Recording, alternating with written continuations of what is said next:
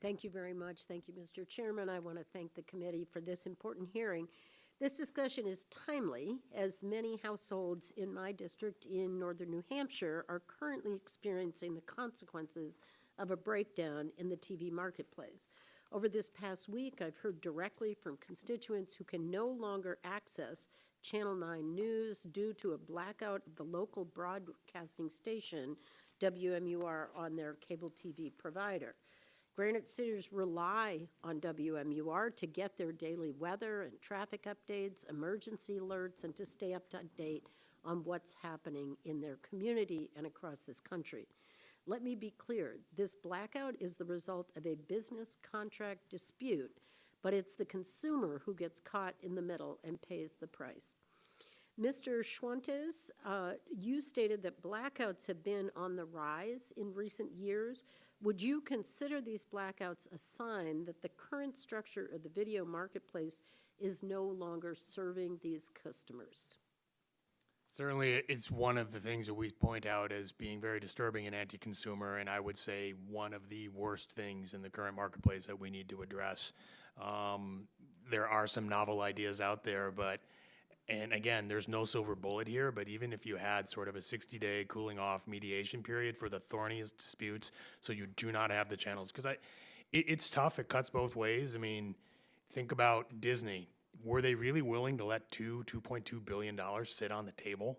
How long can they sustain that when they're trying to make Disney Plus profitable? So both sides have a lot to gain, both sides have a lot to lose.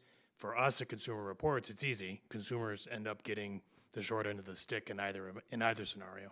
Yeah. Because if ultimately when they do cut a deal and those prices go up, consumers pay it. And it's dangerous. I mean, we have extreme weather events in my district, and if people can't get the information. So I think we can agree that it's a lose-lose-lose with the blackout. They're bad for local broadcasters, bad for cable providers, but mostly they hurt consumers who lose access to local news station and the programming they rely upon. Mr. Leggett, as you know, local broadcasting stations provide trusted reporting for communities around the country, including in my district. But the current marketplace has put their future in jeopardy as costs are on the rise and consumers have moved to non-traditional video platforms. I'll have to say, including in our household, in terms of following every last game of the U.S. Open. How do we ensure that local broadcasting can continue to operate now and into the future? Thank you for the question, Congresswoman. Local broadcasting relies on two revenue streams: advertising, and that market has been completely overrun with the market power of Google and Facebook and the digital platforms, and retransmission consent, which allows local stations to reinvest in local news, local programming. Some criticisms have been raised today on the current system that has governed broadcasters' relationship between with the cable and satellite companies for the last 30 years, but it has unquestionably resulted in a system where in 210 unique markets around the country, individual local broadcast stations can invest in local news, local programming, and aren't just running national feeds. And it's a real testament to our legal regime that we have something no other country has in that regard.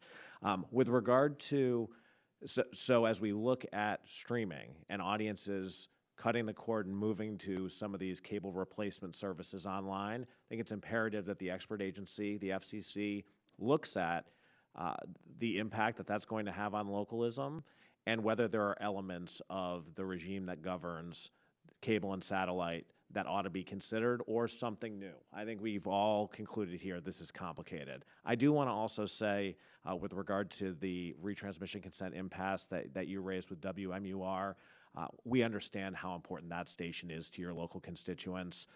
The station is still freely available over the air, and it will continue to be. But it is important to hone in a little bit here that we talk about these impasses as an industry-wide problem. Over the last 5 years, two companies, one of which is relevant here, Dish and DirecTV, have been responsible for nearly 90% of the impasses nationwide in retransmission consent negotiations.